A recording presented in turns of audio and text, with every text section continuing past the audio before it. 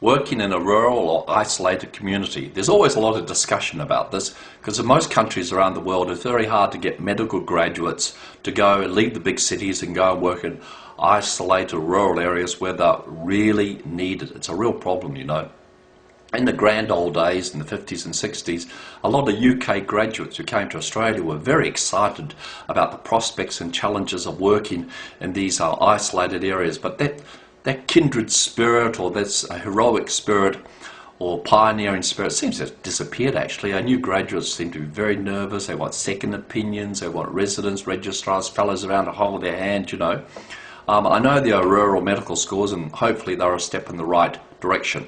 Now, what is an isolated area? Well, in the and why generally are they undesirable? I'm going to discuss this. Now, do you know in the UK they have villages and they seem to be highly coveted and everybody wants to work in a nice setup. In New Zealand, well, it's a small country, so I suppose you're not really isolated to a great deal as you are, say, in Australia. Australia, boy, is that isolation, not only by distance, by the climate, flooding, bushfire, poor roads, lousy air services. You're isolated. Now, in the US, yes, another big country, you're isolated. But at least in the US, you've got great air services which can allow you to get in and out relatively easily. Now, when we're talking about what are the considerations, sometimes you hear these professors of rural health talking, doesn't really ring true. They just look like they got this cushy job because they couldn't find another job in the city, and you wonder how much experience they've actually had in doing it, maybe a brief term as a medical student or resident. So now, these are things you need to consider when you go into the country. One, professional isolation. That's really real, you know. You treat a lot of problems, a lot of really serious problems. It's nice to have a colleague nearby in the next room you can discuss a case with. Yeah, I know there's a phone and the internet, but you know, it's nothing like having a colleague look at an x-ray, look at a test, look at a patient with you. So, you know, you've got to be a bit experienced before you go out in these areas and feel a lot more confident. Second thing is your family, effect on your family. Now, I'm being a bit sexist, I'm sorry, but I'm just being pragmatic. You know, your wife, she might get very lonely. Some of these smaller communities can give hell to the wife, you know. Like, if she doesn't mix with them, she's a snob. If she does mix a lot with them, she's too common. So I was in one general practice in the country, and you know, every doctor there ended up divorced. Their wives couldn't take it, they all left. So unless you can get a girl who's used to the country, happy with the country, you know, this is a real problem for you. Now, your children, well, you want to give your children the same opportunities you had in life. You want them to go to a good school. Sometimes the schools in these communities are really lousy, you know. So you've got to send the boarding school. So you're going to miss your children, and you're going to have huge boarding fees to pay.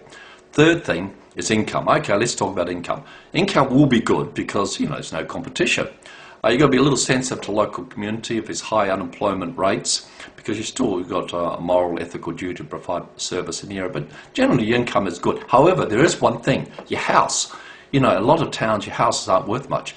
Whereas if you just in the big city get a house in the good area, it just goes up. You don't even really need to work that hard. Your house will go up and become a valuable asset and actually be the basis of your wealth later. So in the isolated area, you've got to think about maybe getting an investment house in a big city so you're not losing out too much. Now, I hope those things help you, but you know, one other thing, there are some other very serious considerations. I know a lot of colleagues who, like me, have worked as a GP and a specialist both in the country and the city. You know, some things happen that you just can't believe.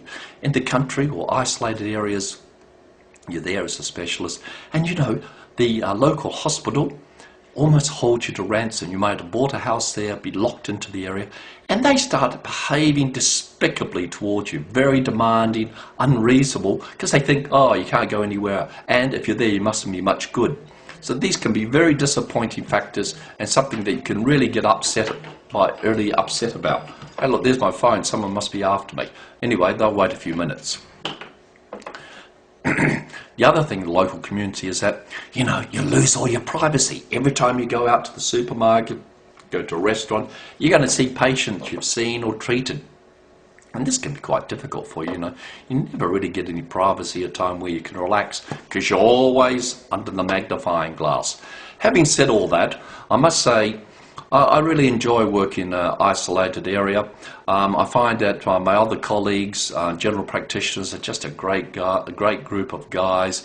You know, they're very dedicated, and you know, they're a lot better than most of the ones in the city, who, especially in my particular area, I feel they're just taking it easy. They're not really providing service for the community and just spending their career looking after number one.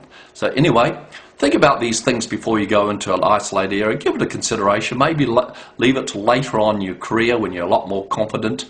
Your children are growing up, and so you don't have to send them off to boarding school, and maybe your wife and you have a really good relationship, and she's happy about coming out in these areas working with you. Now, I don't know the converse for, you know, you're a young lady and you've got a husband. Maybe the same things work out, but I can't comment on it personally. Okay, good luck in your career, and think about those people in isolated areas.